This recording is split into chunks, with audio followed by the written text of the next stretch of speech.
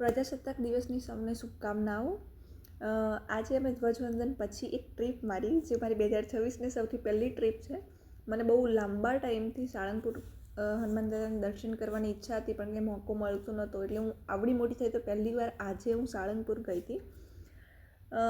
સાળંગપુરનો programme તો એવો હતો કે ભાઈ ધ્વજવંદન પછી તરત જતા રહીશું, પણ એક છોકરી બીમાર થઈ ગઈ ને એને દવાખાને લઈ ગયા ને એમ કરતાં કરતાં અમારા 12 વાગ્યા. પણ અંતે અમે પહોંચ્યા સાળંગપુર, દાદાના દર્શન કર્યા બરાબર, અને જમી ફરીને આવ્યા. તો પછી વળતે એવું નક્કી થયું કે અમારે એક બેન છે, અમે જે કામ કરીએ છીએ એ બધા બહેનો જોડે ગયા હતા. તો એ બેનના ત્યાં જમવાનું ગોઠવ્યું, એટલે ત્યાં જમીને પાછા વળતા હતા. તો એ બેનનો પ્રેમ જુઓ કે એમણે મને કીધું કે આ ભાખરી છે તો કે તું લઈ જતા, સવારે નાસ્તો નહીં બનાવવો પડે. બોલો. તો સારી રહી આજની પહેલી ટ્રીપ.